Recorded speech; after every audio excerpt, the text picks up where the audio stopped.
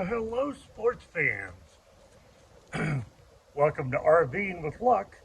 I'm Ralph Luck, and for over 3.5 years, I've been full-time in this Class C RV, 99% of the time boondocking like we are now in the National Forest. So, I've got a couple of things I'm going to cover. A lot of them today will deal with my towed vehicle, which is my Jeep Wrangler. Bought a lot of accessories that I'm pretty excited about showing you.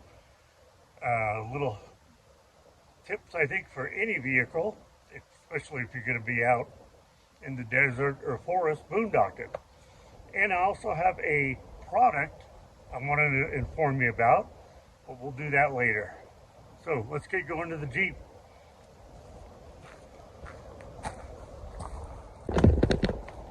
All right, off to the Jeep. I did want to wish you all a happy 4th of July weekend for all the American folks. And today is actually July 4th. So I hope you all had a safe July 4th and have a good rest of your weekend. All right, let's go look at a couple of things here. And I've mentioned this before, but I am going to have a blue aux tow bar tow hookup to the RV so that I could flat tow this Jeep. Unfortunately, the aftermarket front bumper needed to have a couple of adapters to be able to get it set up. So unfortunately, I wasn't able to show that to you this week, but definitely next week, since I'm getting this installed on Wednesday of next week. Let me just show you a picture of that.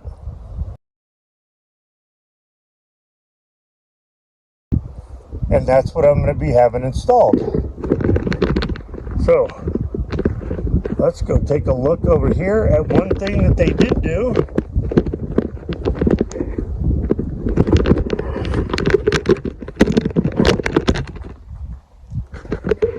So, as I'm sure you could see here, I had purchased this, and when I went in for my appointment to have the front hookup put in, they went ahead and spent a half hour putting this in. It's just 4 bolts. It's a 2-inch tow receiver. It came with an electrical kit that I still have to put in. Just take off that light, fish it down, and put in the plug-in strip right there. So if I'm towing anything like the tow dolly, which I'll be selling soon, I've got electrical hookup. Now, one thing the Jeep did not have was a jack.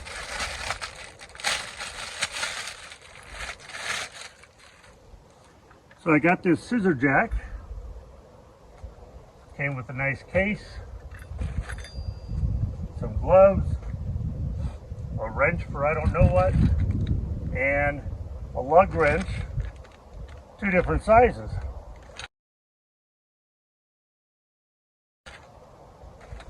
I'll have links to these items down below, and hopefully I'll remember to insert a couple of the pictures so you can see them. And then got some Jeep floor mats that I'm going to put in, just the front 2. And let's go inside. Let me show you something there. So I've also got a steering wheel cover that I bought for it, which is a bear to try to get on. Laundry's all set to go for Monday. So let me show you why I like that tow hitch receiver. So number 1, with a ball mount on that hitch receiver on the back of the Jeep, I'll be able to use it to tow this down a couple miles to a dump station.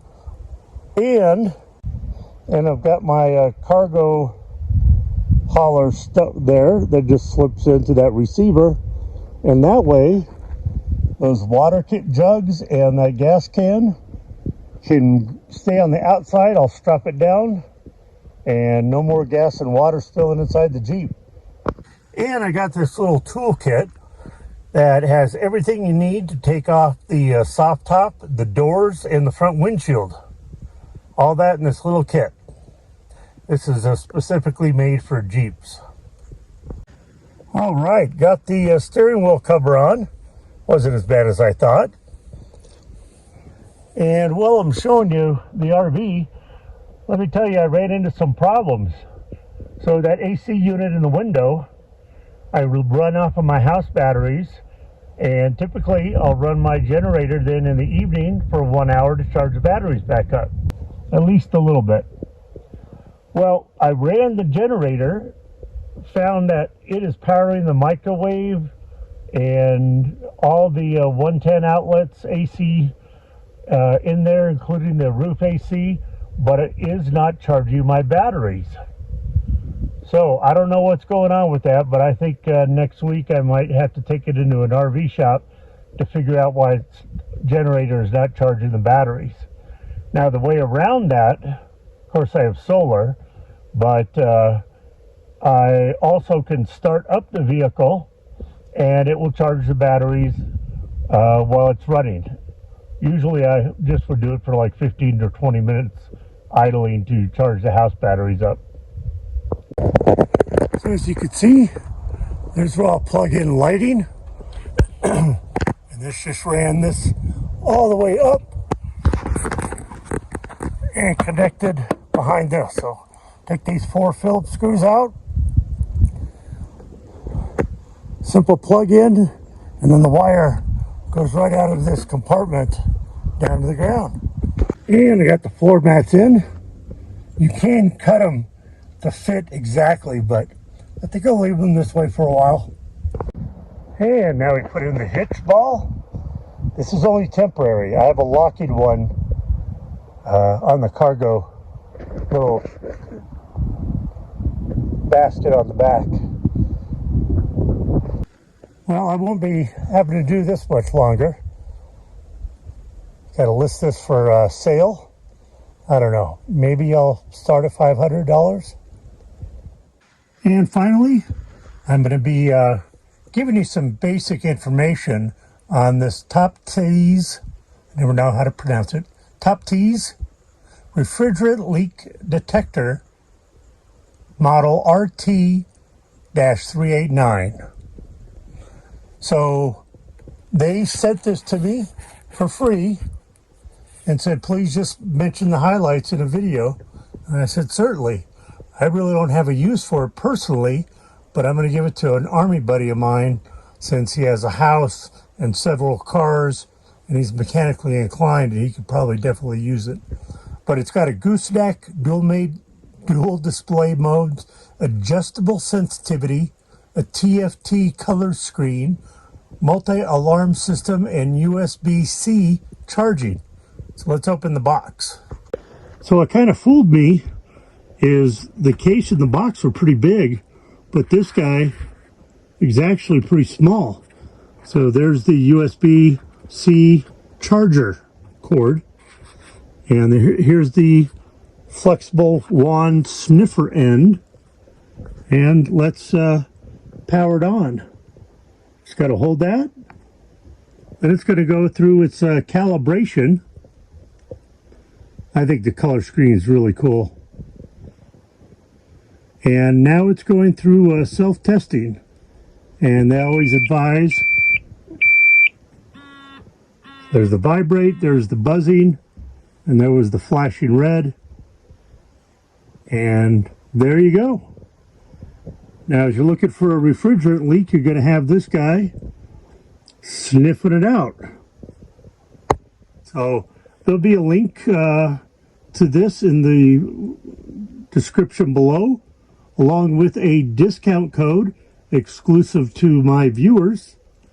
And that's going to do it. Oh, I'll let you know what the price is here. So I just went to Amazon, and this orange one's $129. And the blue one, for some reason, is $10 cheaper. It's $119. But really appreciate this company reaching out to me to just mention this refrigerant leak detector. They are sending me an anemometer, which is like a wind speed detection device. And that's great for people camping, RVing, and I'll be reviewing that here in about a week or two. So again, thanks to TOPTES for sending this out at no charge, so my viewers can learn a little bit about this refrigerant leak detector. So I ran to the store to get some adult beverages, and a message on that second from the left one says left rear turn signal lamp out, which is the one I removed to get power to the trailer hitch. So let's go outside and see. And we're working earlier. Well, just when I thought I was done, it's just too much of a coincidence. I don't believe the bulb burned out, but I'm going to take those 4 screws off and we'll find out together. Well, so I took off the light and now it's working again.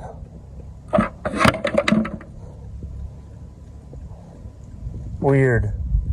Okay, I'll leave you with this parting shot of Ninja.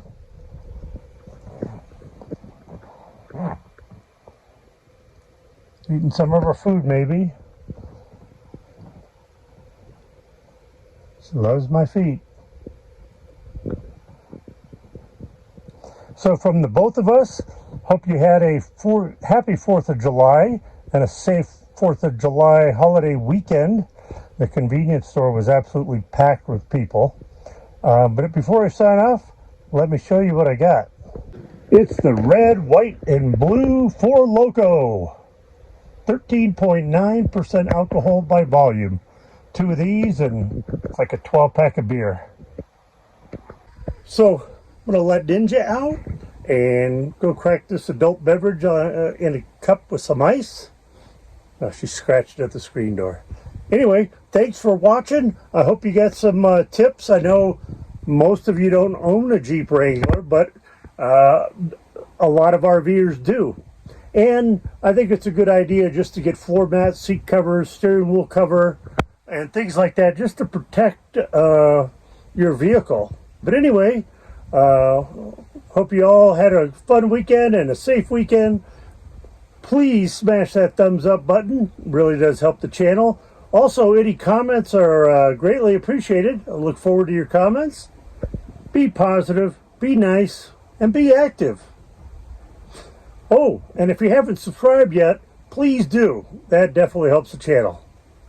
Y'all take care.